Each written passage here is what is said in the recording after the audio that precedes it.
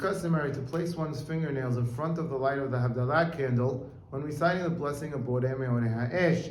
Our custom is to bend 4 fingers on your right hand with your fingernails facing you. Some, based on the teachings of the Mikubalim, completely cover their thumb with their 4 fingers. You then shine the light of the candle on your fingernails and look at the light reflecting on your fingernails. Some also look at their fingers. According to Maran, you should also look at the palm of your hand.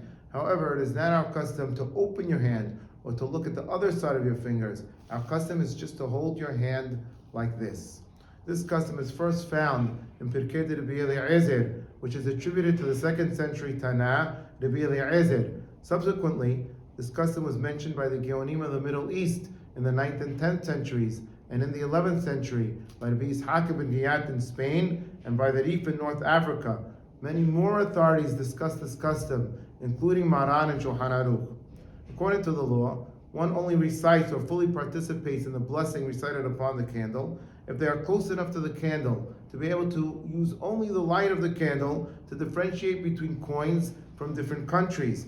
According to Pirkei Rabbi Eliezer and many other authorities, the custom is to use the light of the candle to differentiate between one's fingers and their fingernails. They explain that if one could differentiate between their fingers and their fingernails with the light of the Habdalah candle, then they would also be able to differentiate between coins from different countries with that light, which means that they are close enough to the candle to be able to recite or fully participate in the blessing that is recited upon the candle.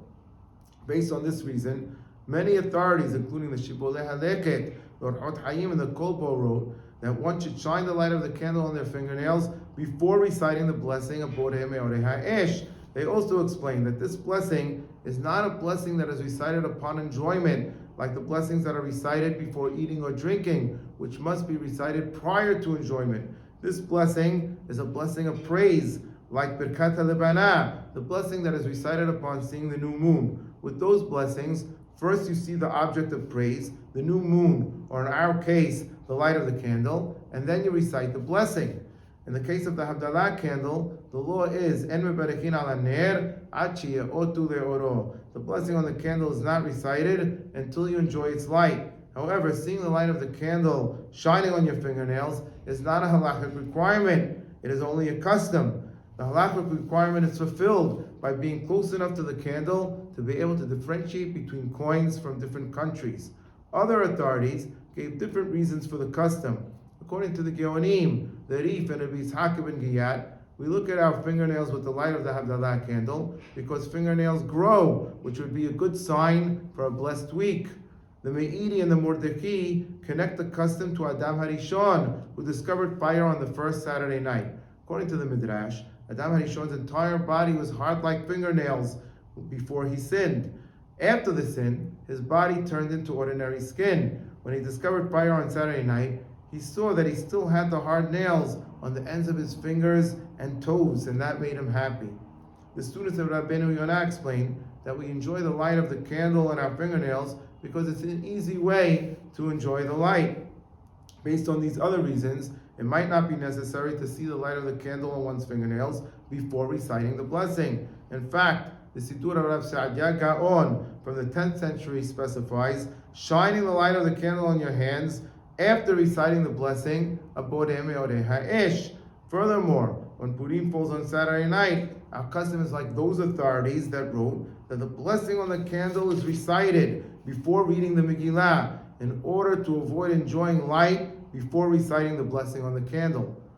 Similarly, when Tisha B'Av falls on Saturday night, we recite the blessing on the candle before benefiting from light to recite the Kinot. And according to some authorities, the blessing on the candle is considered a blessing on enjoyment, which suggests that the blessing should be recited before enjoying the light of the candle. In the 17th century, Rabbi Abraham HaLevi, who was the chief rabbi of Cairo, Egypt, wrote in his book Ginat Peradim that the custom is to recite the blessing of Borei Meorei Ha'esh first, and then to look at one's fingernails. What was the custom in Halab? In the famous Mahzor Aram Sobah that was printed in the year 1527, the instructions to look at one's fingernails is printed after the blessing of Borei Meorei Ha'esh.